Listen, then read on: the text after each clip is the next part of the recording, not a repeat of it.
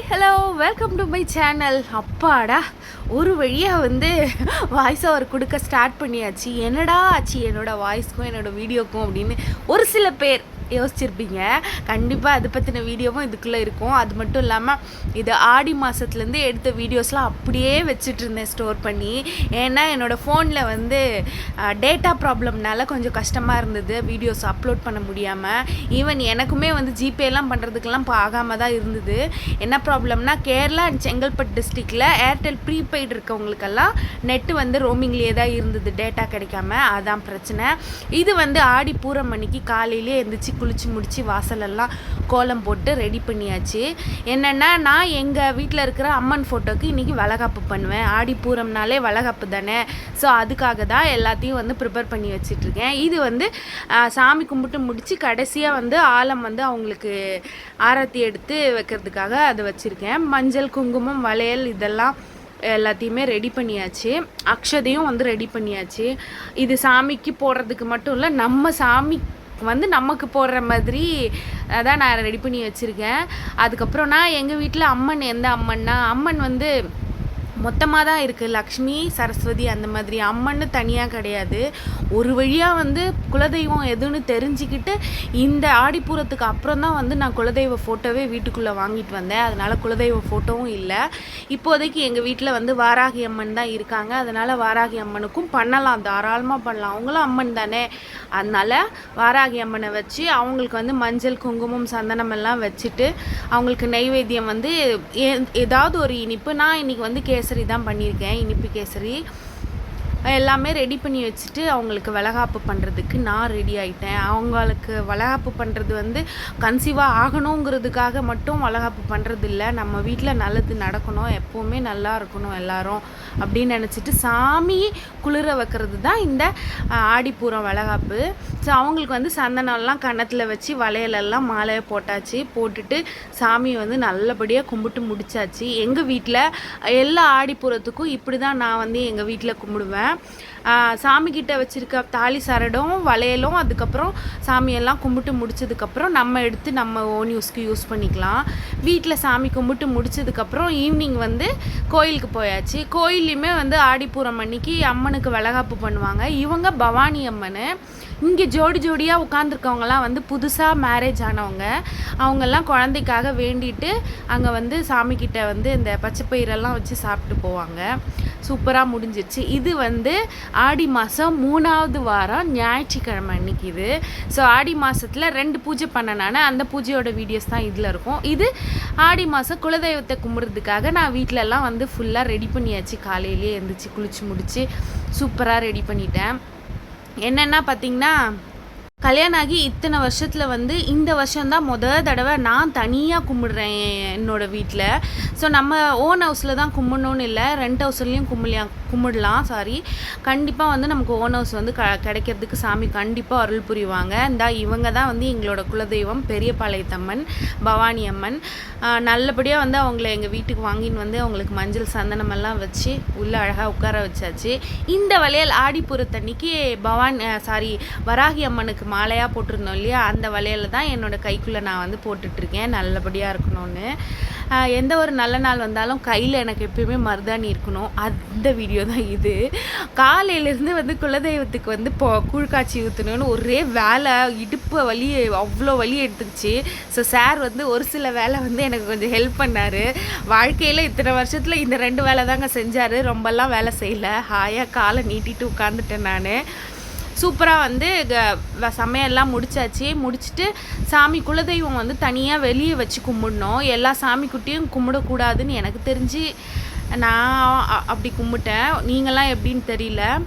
அதனால அவங்கள ஹாலில் வச்சு உள்ள கிச்சன்லே பூஜை ரூம் இருக்கிறதுனால நம்மளுக்கு அவ்வளோ ஸ்பேஸ் இல்லை. அதனால ஹாலில் குலதெய்வத்தை நல்லா பச்சை பச்சைன்னு இருக்கிற வேப்பிலையில் உட்கார வச்சு அவங்களுக்கு 3 இலை வச்சு படையல் போட்டு அவங்களுக்கு துணியும் எடுத்து வச்சு எனக்கு தெரிஞ்ச மாதிரி நான் கும்பிட்டுட்ருக்கேன்.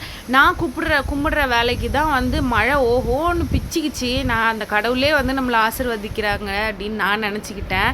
இதுதான் ஃபஸ்ட் டைம் நான் எந்த பெரியவங்களோட இதுவும் இல்லாமல் நானே வந்து குலதெய்வத்தை என் வீட்டில் வச்சு நான் கும்பிட்டேன். இதுக்கு முன்னாடி எல்லா வருஷமும் மாமியார் வீட்டுக்கு தான் போயிட்டு அங்கே போயிட்டு கூழ் ஊற்றுவோம். இந்த வருஷம் எனக்கு என்னமோ மனசு ஒரு மாதிரி இருந்தது, அதனால நம்ம வீட்லேயே நம்ம கும்பிடுவோமே அப்படின்னு சொல்லிட்டு கும்பிட்டுருக்கேன்.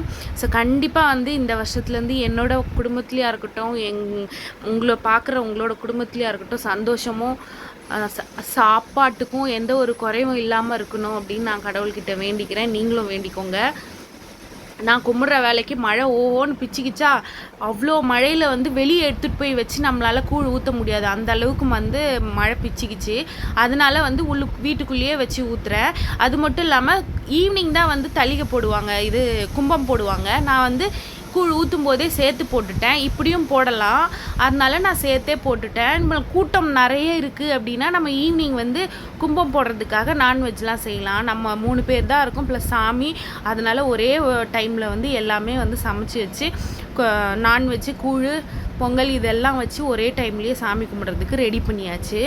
சூப்பராக வந்து இந்த வருஷம் மனசு ரொம்ப ரொம்ப ரொம்ப திருப்தியாக இந்த வருஷம் சாமி கும்பிட்டேன். கடவுள் வந்து எனக்கு அவ்வளோ வந்து பாசிட்டிவிட்டியை கொடுத்தாங்க. எனக்கு அவ்வளோ நல்ல திருப்தியாக இருந்தது. நல்லபடியாக சாமி கும்பிட்டு முடித்தேன் நான் இந்த வருஷம். எங்களோட குலதெய்வம் வந்து இந்த வருஷம் எங்கள் வீட்டுக்குள்ளே ஃபோட்டோவாக வந்திருக்காங்க.